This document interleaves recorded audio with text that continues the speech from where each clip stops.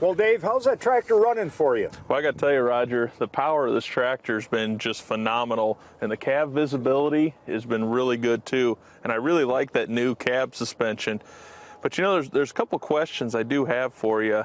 You know, one, the fuel economy's been pretty good, but it's not quite as great as I'd like it to be.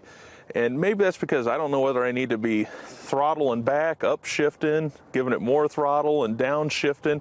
So I'm kind of not real sure on where I need to be running this for the implement that I'm pulling. And it seems like you got plenty of power for the implement? Oh yeah, this 450's got more than enough power that I need. Well, how are you running the tractor? Are you running with the throttle wide open, or where have you normally been? I've been just wide open and right around that 5 mile an hour mark with it. Well, Dave, remember we talked about APM, Automatic Productivity Management System. Have you tried using that? You know, I seen that plow button in there, but I really wasn't sure how I was supposed to use it. You know, that's what we want to let you try, because I think it's going to really help you on your fuel economy. You're going to see a big savings if we use APM. Let me get something once. Okay. I want to show you.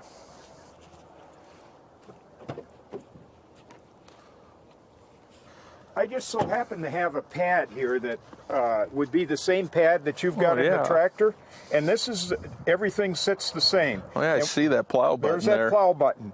And what you need to do is drive the tractor at the speed you want to run. And with this tool, I would assume you're trying to run somewhere in that 5.5 miles an hour. Exactly. So if you're going to run, let's say, at 5.5, just drive the tractor at 5.5 miles an hour and depress and hold this button down.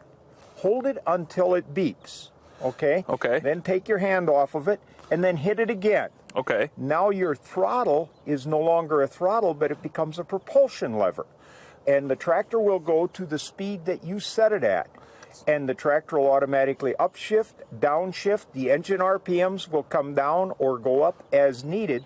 And you're going to be amazed at the savings that you're going to see in fuel. So you're saying, Roger, that the tractor is going to pick the best gear and the best RPM for me to run at, and all I do is pick the speed? That's all you got to do is just sit there and drive. And tomorrow, or when you shut the tractor off, all you got to do to come back and pick up that same speed is just hit the button and it's back on. You'll have a little green light that'll be on. And I've got a few hills around here too, and you're telling me that it's going to downshift and get the right throttle for going through those hills and tough spots? Through the tough spots, through the draws, everything. Boy, it sure sounds easy. All I have to do is operate my normal 5 mile an hour that I'm ripping at, hold my plow button down till it beeps, and then I hit the plow button one more time to re-engage it.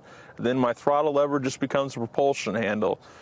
So you're saying I don't have to downshift on the ends and I don't have to throttle back to turn around? All you got to do is just pull back on the handle and the tractor will automatically downshift or slow down as you turn, and then you just push the handle all the way back forward and you're going to be right back at that same speed. And I know your wife does some operations for you. And when she comes out, all she's got to do is just hit that button and you've got the tractor operating at the same speed. Everything is there. It becomes a very efficient power management tool. Well, I'm sure glad Case IH is thinking of operators like me when it comes to fuel savings. Let's give it a try. All right, Roger.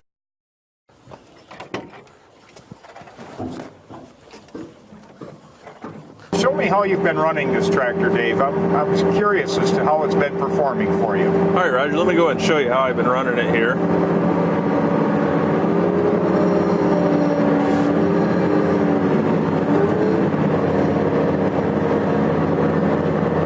About right there is what I've been running, right around that 5 mile an hour mark on it. Okay. And you notice right now I'm looking at my fuel economy here. I'm showing about 18 gallons per hour on it.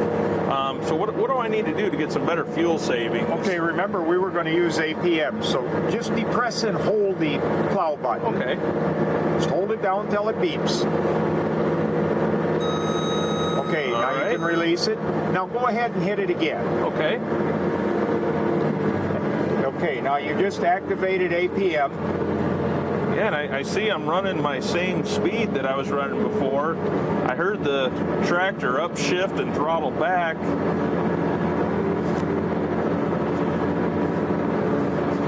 Yeah, it seems to be getting along pretty good.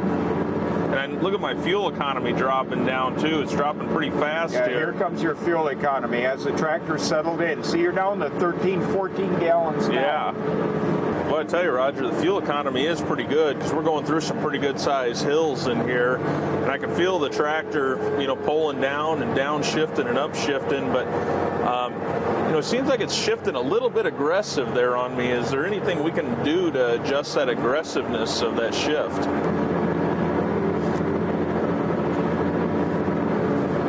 Yeah, Dave, you can change the aggressiveness on the unit. Go ahead, let's go into the toolbox. So hit your back button. Okay.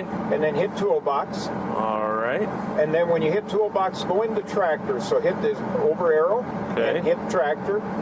All right. Okay, and this is the tractor itself. So see where it says APM sensitivity? Oh, right there. Yeah. You can either increase it or decrease it. By decreasing it, the tractor is going to hold in a given gear longer, so it won't shift as often.